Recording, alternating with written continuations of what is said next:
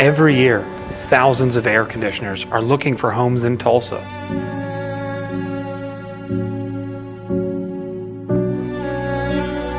I'm asking for your help. It's our duty as Americans to give these air conditioners a home.